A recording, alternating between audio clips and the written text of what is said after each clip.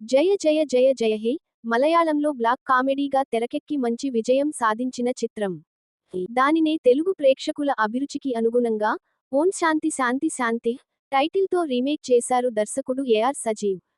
తరుణ్ భాస్కర్, ఈషా రెబ్బ జంటగా నటించారు. ఈ శుక్రవారం ప్రేక్షకుల ముందుకు తీసుకొచ్చారు. మరి చిత్రం ప్రేక్షకుల్ని ఏ మేరకు మెప్పించిందో చూద్దాం. కథ: ప్రశాంతి, ఈషా రెబ్బ మధ్య తరగతి కుటుంబంలో పుట్టి బాగా చదువుకుని ఉద్యోగం చేయాలనుకునే యువతి. అయితే ఇంట్లో నియమ నిబంధనలతో ఆమెకు ఎలాంటి స్వేచ్ఛ లేకుండా చేస్తారు. ప్రశాంతి కాలేజ్లో లెక్చరర్తో చిన్న ప్రేమాయణం నడపడంతో సడన్ గా చదువుకు ఫుల్ స్టాప్ పెట్టించి పెళ్లి చేయాలనుకుంటారు కుటుంబ సభ్యులు. రాజమండ్రి సమీపంలో చేపల వ్యాపారం చేసే ఓంకార్ నాయుడు, తరుణ్ భాస్కర్ తో ప్రశాంతి పెళ్లి జరుగుతుంది. పెళ్లి తర్వాత కూడా చదువుకోవచ్చనే అంగీకారంతో ప్రశాంతి అతనితో 3 ముళ్ళు వేయించుకుంటుంది. అయితే పెళ్లి తర్వాత కూడా ప్రశాంతి జీవితం తను కోరుకున్నట్లు ఉండదు. ఓంకార్ నాయుడు మాటిమాటికి తనపై చేయి చేసుకుంటుంటాడు. ఈ పంచాయతీని కన్నవారి ముందుంచితే సర్దుకుపోవాలంటూ సలహా ఇచ్చి పంపుతారు.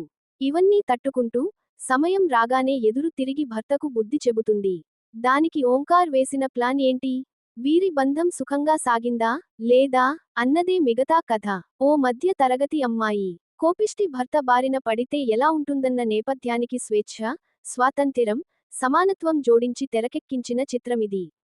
పూర్తిగా గోదావరి జిల్లా నేపథ్యంలో సాగుతుంది. మలయాళంలో హిట్ అయిన జయ జయ జయ జయ హే చిత్రానికి రీమేక్గా కథలో ఎలాంటి మార్పులు, చేర్పులు చేయకుండా గోదావరి నేపథ్యాన్ని తీసుకుని దానికి అనుగుణంగా స్వల్పమైన మార్పులతో ఈ చిత్రాన్ని తెరకెక్కించారు. అయితే ఒరిజినల్లో ఉన్న ఎమోషన్, ఎఫెక్షన్ ఈ చిత్రంలో లోపించాయి. సినిమా ప్రారంభం అంతా సాఫీగా, ఎంటర్టైనింగ్ గా సాగినా హీరో పాత్రను బిల్డప్ చేయడానికి బాగా టైం తీసుకున్నాడు దర్శకుడు. అదంతా సాగదీతలా ఉంది. కథలోకి వెళ్లడానికి ఇంటర్వెల్ వరకు సమయం తీసుకోవడం ప్రేక్షకుడి సహనానికి పెద్ద పరీక్షే.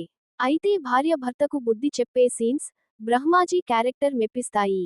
అలాగే గోదావరి ప్రాంత పడికట్టు పదాలు, యాసతో ఉన్న సన్నివేశాలు కొంత వరకు ఆకట్టుకుంటాయి.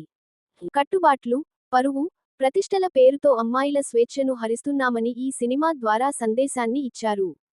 సెకండ్ హాఫ్ ప్రారంభం కాస్త గాడి తిప్పినా కాసేపటికే దార్లోకి వస్తుంది.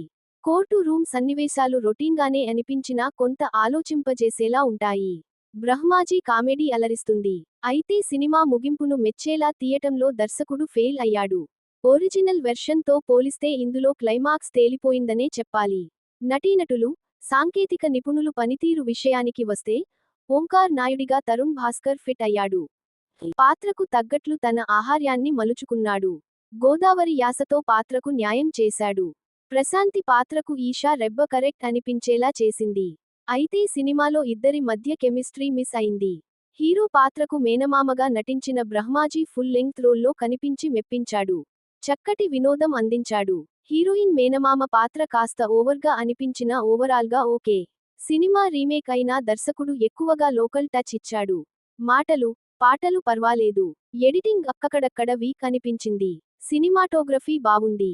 జై క్రిష్ సంగీతం సినిమాకు ప్లస్. నిర్మాణ పరంగా పేరు పెట్టక్కర్లేదు.